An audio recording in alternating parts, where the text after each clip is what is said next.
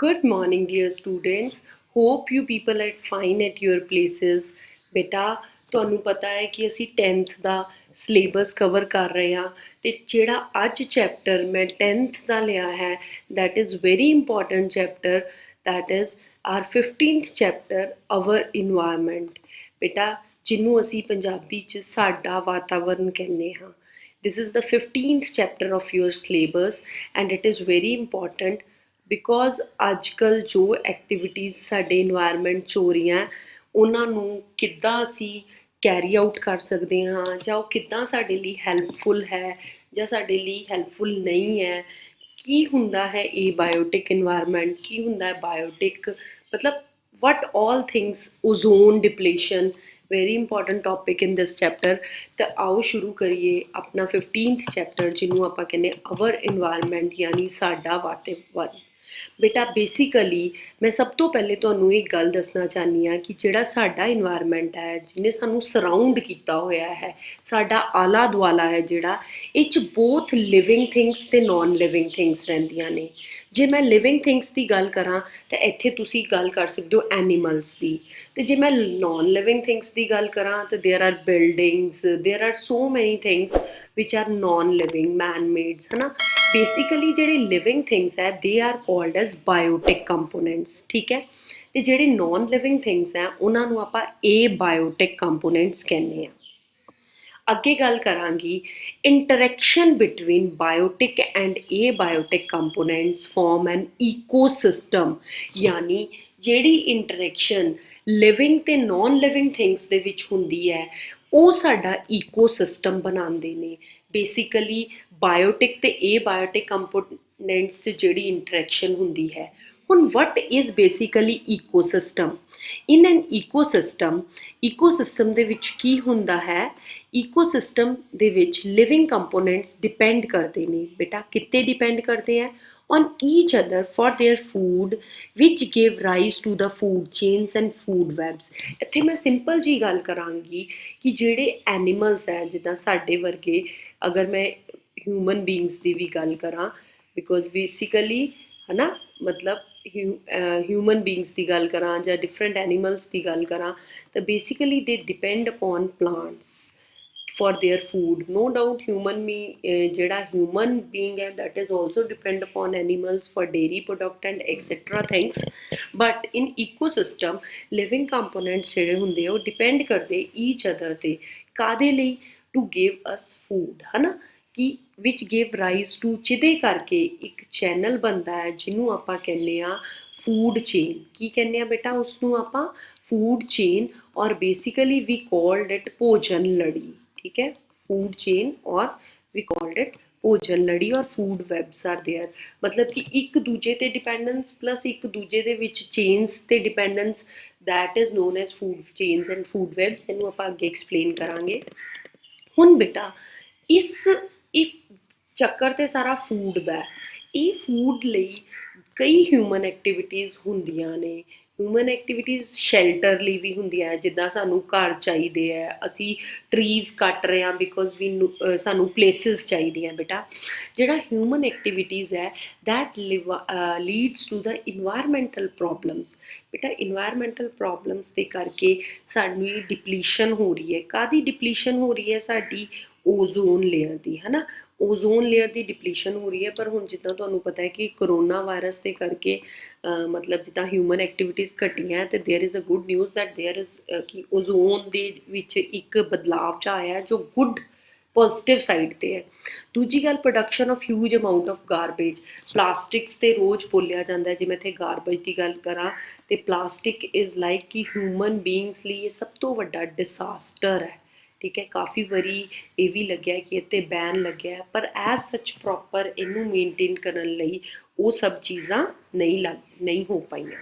ਸੋ ਬੇਟਾ ਇਹ ਮੈਂ ਤੁਹਾਨੂੰ ਕਨਕਲੂਜਨ ਆਫ ਦਿਸ ਚੈਪਟਰ ਦੱਸਿਆ ਹੈ ਕਿ ਬੇਸਿਕਲੀ ਇਸ ਚੈਪਟਰ 'ਚ ਆਪਾਂ ਪੜ੍ਹਾਂਗੇ ਕਿ ਬਾਇਓਟਿਕ ਕੰਪੋਨੈਂਟਸ ਕਿਹੜੇ ਹੁੰਦੇ ਨੇ, एबायोटिक कंपोनेंट्स किहड़े हुंदे ने, इंटरैक्शन बिटवीन ईकोसिस्टम, ते आपां गल करांगे कि ईकोसिस्टम जिहड़े लिविंग बीइंग्स एक दूजे ते डिपेंडेंट है ਉਹਦੇ ਕਰਕੇ we have a food chain and food web with अस।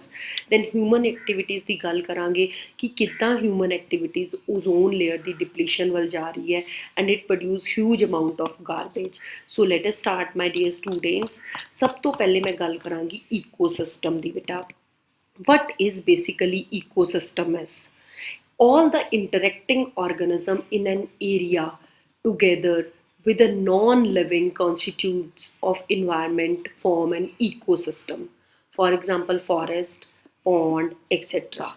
ਹੁਣ ਮੈਂ ਫੋਰੈਸਟ ਦੀ ਗੱਲ ਕਰਾਂ ਤਾਂ ਬੇਟਾ ਫੋਰੈਸਟ 'ਚ ਲਿਵਿੰਗ ਬੀਇੰਗਸ ਵੀ ਹੈ ਤੇ ਨੋਨ ਲਿਵਿੰਗ ਥਿੰਗਸ ਵੀ ਹੈ, ਠੀਕ ਹੈ ਨਾ। ਇੱਦਾਂ ਹੀ ਪੌਂਡ ਦੀ ਗੱਲ ਕਰਾਂ, ਸਾਰੇ ਸਿਸਟਮ, ਸਾਰੇ ਆਰਗੇਨਿਜ਼ਮ ਇੱਕ ਏਰੀਆ ਦੇ ਆਪਸ ਵਿੱਚ ਇੰਟਰੈਕਟ ਕਰਦੇ ਹੈ, ਠੀਕ ਹੈ। ਈਵਨ ਨੋਨ ਲਿਵਿੰਗ ਕੌਨਸਟੀਟਿਊਂਟ ਆਫ ਉਸ ਏਰੀਆ ਦੇ ਵੀ ਇੰਟਰੈਕਟ ਕਰਦੇ ਹੈ।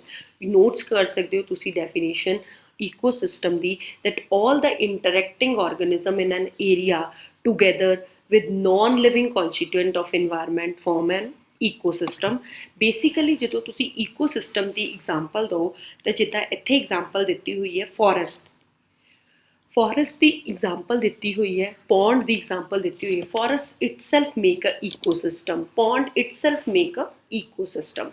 बेटा बेसिकली दो टाइप के ईकोसिस्टम साडे को हुंदे ने। पहला तो natural ecosystem like forest, lake, oceans, the ecosystem which is exist in nature, that is natural ecosystem। but जे मैं artificial ecosystem ਦੀ ਗੱਲ ਕਰਾਂ ਤੇ artificial ecosystem basically ਹੁੰਦੇ ਹੈ crop field, aquarium, fishes ਦਾ aquarium ਜਿਹੜਾ ਹੈ ਉਹ human being ਬਣਾਉਂਦਾ ਹੈ। garden, ਤੁਹਾਡੇ ਘਰ 'ਚ ਵੀ garden ਹੈ। basically these all are artificial ecosystems, है ना। ਤੇ natural ecosystem ਕੀ ਹੈ, like forest, lake, ocean, these all are natural ecosystem। ਅੱਗੇ मैं गल करांगी कंपोनेंट्स ऑफ एन ईकोसिस्टम दी। बेटा ईकोसिस्टम आपां गल कर ली कि जिथे इंटरैक्शनस हुंदी है कॉन्स्टिट्यूएंट्स दी, जिहड़े ईकोसिस्टम बनांदे ने उन्हां दी नॉन लिविंग कंपोनेंट्स नाल भी प्लस एज सच अपने नाल भी। इहदा मतलब कि जिहड़े ईकोसिस्टम च है दो तरह के कंपोनेंट्स हो सकते हैं, एबायोटिक कंपोनेंट्स ते बायोटिक कंपोनेंट्स। बायोटिक की पहले गल की सी आपां कि which is like living and abiotic is non-living। बेटा abiotic contains air, water and land ਤੇ biotic components ਜਿਹੜੇ ਹੁੰਦੇ ਆ ਉਹ 'ਚ ਹੁੰਦੇ ਨੇ plants ਤੇ animals।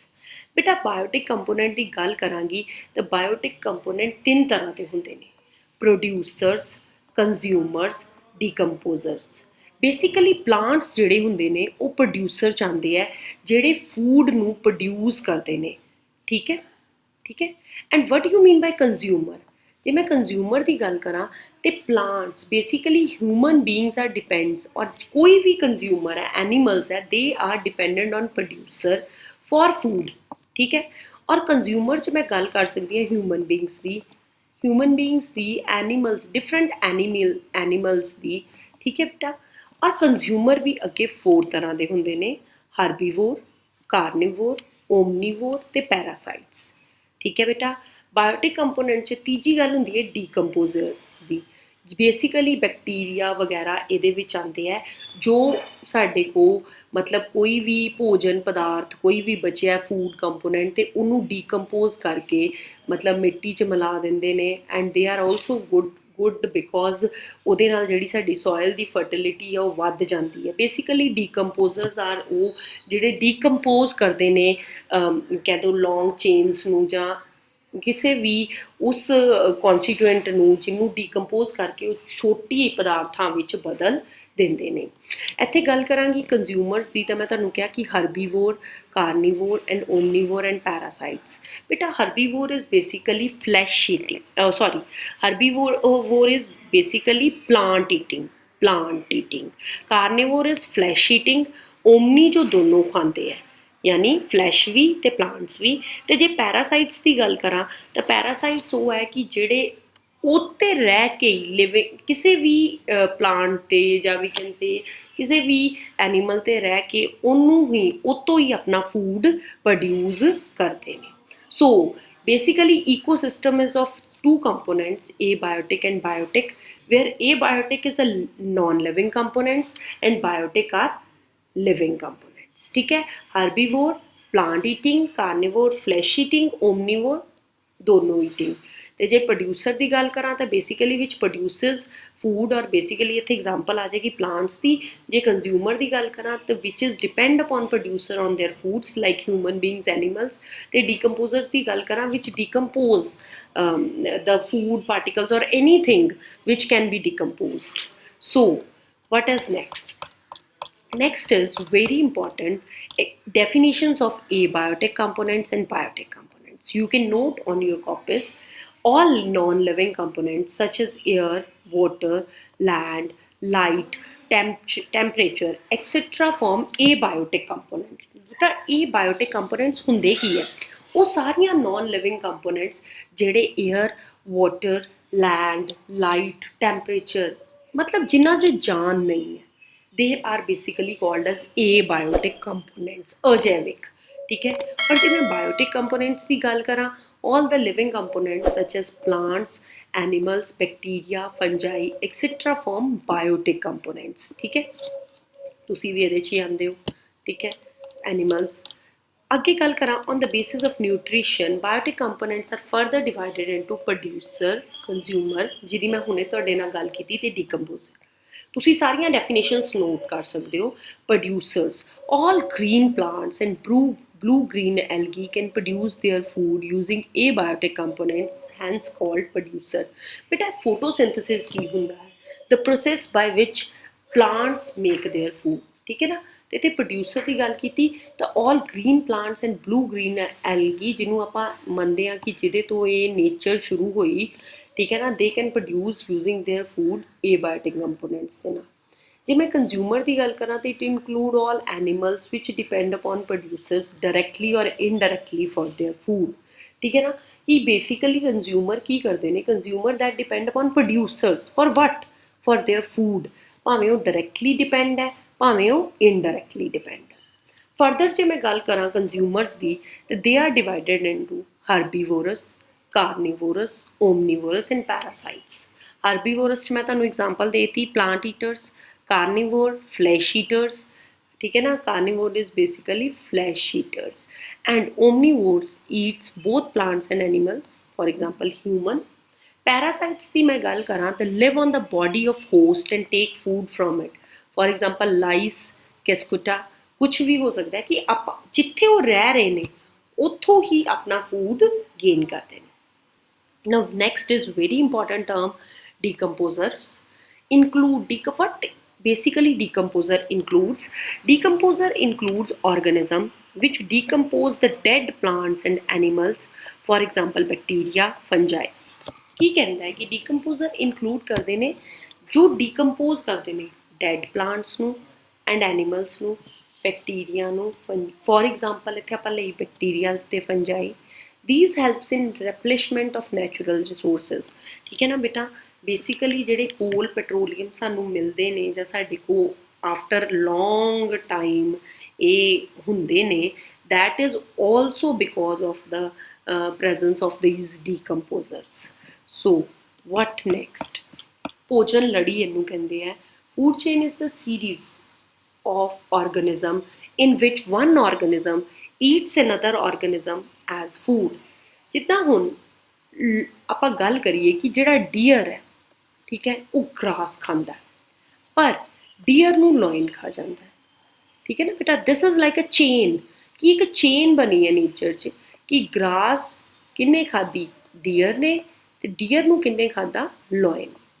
Similarly in food chain various steps where transfer of energy take place and that is called as trophic level। food chain ਦੇ ਵਿੱਚ ਕਾਫੀ steps ਹੁੰਦੇ ਹਨ ਜਿਹਦੇ ਵਿੱਚ ਕੀ ਹੁੰਦਾ ਹੈ, એનર્ਜੀ ਟ੍ਰਾਂਸਫਰ ਟੇਕ ਪਲੇਸ ਕਰਦਾ ਹੈ, ਤੇ ਉਹਨਾਂ ਲੈਵਲਸ ਨੂੰ ਆਪਾਂ ਕਹਿੰਦੇ ਆ ਟ੍ਰੋਫਿਕ ਲੈਵਲ। ਕੀ ਕਹਿੰਦੇ ਆ? Traffic level. ਠੀਕ ਹੈ ਬੇਟਾ, ਥੋੜਾ ਜਿਹਾ ਮੈਂ ਤੁਹਾਨੂੰ ਇਹ ਦੱਸਾਂਗੀ ਟ੍ਰੋਫਿਕ ਲੈਵਲਸ ਬਾਰੇ। flow of energy between trophic levels। flow of energy in food chain is unidirectional। ਬੇਟਾ ਜਿੱਦਾਂ ਮੈਂ ਤੁਹਾਨੂੰ ਇਹ ਕਿਹਾ ਕਿ ਇੱਕ ਪਾਸੇ ਹੀ એનર્ਜੀ ਦਾ ਫਲੋ ਹੁੰਦਾ ਹੈ, ਇਹ ਨਹੀਂ ਹੈ ਕਿ ਕਦੀ એનર્ਜੀ ਦਾ ਫਲੋ ਇੱਧਰ ਹੋ ਜਾਏਗਾ ਇੱਧਰ ਨਹੀਂ, ਕਿ ਮਤਲਬ ਗ੍ਰਾਸ ਨੂੰ ਡੀਅਰ ਨੇ ਖਾਧਾ, ਗ੍ਰਾਸ ਵਾਲੀ એનર્ਜੀ ਡੀਅਰ ਕੋ ਚਲੀ ਗਈ, ਡੀਅਰ वाली एनर्जी लॉइन को चली गई। So flow of energy is food chain is unidirectional. Green plants capture 1% of sunlight and convert it into food. ठीक है ना? ਜੇ ਮੈਂ ਪਲਾਂਟਸ ਦੀ ਗੱਲ ਕਰਾਂ ਤੇ ਪਲਾਂਟਸ ਜਿਹਦਾ ਗ੍ਰਾਸ ਵੀ ਤੇ ਉਹ ਸਿਰਫ 1% ਸਨਲਾਈਟ ਨੂੰ ਕੰਜ਼ਿਊਮ ਕਰਕੇ ਆਪਣਾ ਜਿਹੜਾ ਭੋਜਨ ਹੈ ਉਹ ਬਣਾਉਂਦੇ ਨੇ 10% law and very important law ਬੇਟਾ 10% law ਤੋਂ ਤੁਸੀਂ ਕੀ ਸਮਝਦੇ ਹੋ 10% law ਤੋਂ ਤੁਸੀਂ ਇਹ ਸਮਝਦੇ ਹੋ ਕਿ 10% ਆਫ એનર્ਜੀ ਜਿਹੜੀ ਹੈ ਉਹ ਟਰਾਂਸਫਰ ਹੁੰਦੀ ਹੈ ਟੂ ਨੈਕਸਟ ਟ੍ਰੋਫਿਕ ਲੈਵਲ ਤੇ ਰਿਮੇਨਿੰਗ 90% એનર્ਜੀ ਜਿਹੜੀ ਹੁੰਦੀ ਹੈ that used in life processes like digestion, growth, reproduction by the present of trophic levels. ठीक है ये थोड़ा जा मैं ਤੁਹਾਨੂੰ ਸ਼ੋ ਕੀਤਾ diagrammatically कि due to this gradual decrease in energy food chain contain 3 to 4 trophic levels ਜਿੱਦਾਂ ਕਿ producer, primary consumer, secondary, tertiary ਜੇ ਮੰਨ ਲਓ ਕਿ ਤੁਸੀਂ ਪ੍ਰੋਡਿਊਸਰ ਨੇ 1000 ਕਿਲੋ ਜੂਲ એનર્ਜੀ ਨੂੰ ਆਪਾਂ ਕਹਿੰਦੇ ਆ ਕਿ ਪ੍ਰੋਡਿਊਸ ਕੀਤਾ ਤੇ 1000 ਦਾ ਜਿਹੜਾ 10% ਹੈ ਉਹ ਪ੍ਰਾਇਮਰੀ ਕੰਜ਼ਿਊਮਰ ਕੋ ਗਿਆ ਉਹਦਾ 10% ਸੈਕੰਡਰੀ ਕੰਜ਼ਿਊਮਰ ਕੋ ਗਿਆ ਤੇ ਉਹਦਾ 10% ਮਤਲਬ that is 1 kilo Joule energy ਉਹ ਟਰਸ਼ਰੀ ਕੰਜ਼ਿਊਮਰ ਕੋ ਗਿਆ ਇਹਦਾ ਮਤਲਬ ਜਿੱਦਾਂ ਜਿੱਦਾਂ ਹਾਇਰ ਲੈਵਲਸ ਤੇ એનર્ਜੀ ਟ੍ਰਾਂਸਫਰ ਹੋਈ ਜਾਏਗੀ ਉਹ ਡਿਕਰੀਜ਼ ਹੋ ਜਾਏਗੀ ਸੋ ਇਨ ਦਿਸ ਵੇ the trophic levels ਸਾਡੇ ਕੋ ਜਿਹੜਾ ਉਹ ਕੰਮ ਹੁੰਦਾ ਸੋ ਡੀਅਰ ਸਟੂਡੈਂਟਸ ਅੱਜ ਆਪਾਂ ਇਸ ਚੈਪਟਰ 'ਚ ਬਹੁਤ ਡਿਫਰੈਂਟ ਟੌਪਿਕਸ ਪੜ੍ਹੇ ਆਪਾਂ ਪੜ੍ਹਿਆ ਕਿ how abiotic and biotic components relate with each other food chain ਬਾਰੇ ਆਪਾਂ ਪੜ੍ਹਿਆ ਡਿਫਰੈਂਟ ਟ੍ਰੋਫਿਕ ਲੈਵਲਸ ਬਾਰੇ ਪੜ੍ਹਿਆ 10% ਲਾਅ ਬਾਰੇ ਪੜ੍ਹਿਆ ਹੋਪ ਕਰਦੀ ਹਾਂ ਕਿ ਇੱਦਾਂ ਹੀ ਇਹ ਚੈਪਟਰ ਨੂੰ ਆਪਾਂ ਕੰਟੀਨਿਊ ਕਰਾਂਗੇ ਤੇ ਮਿਲਦੇ ਹਾਂ ਆਪਣੇ ਨੈਕਸਟ ਲੈਕਚਰ 'ਚ ਗੁੱਡ ਬਾਏ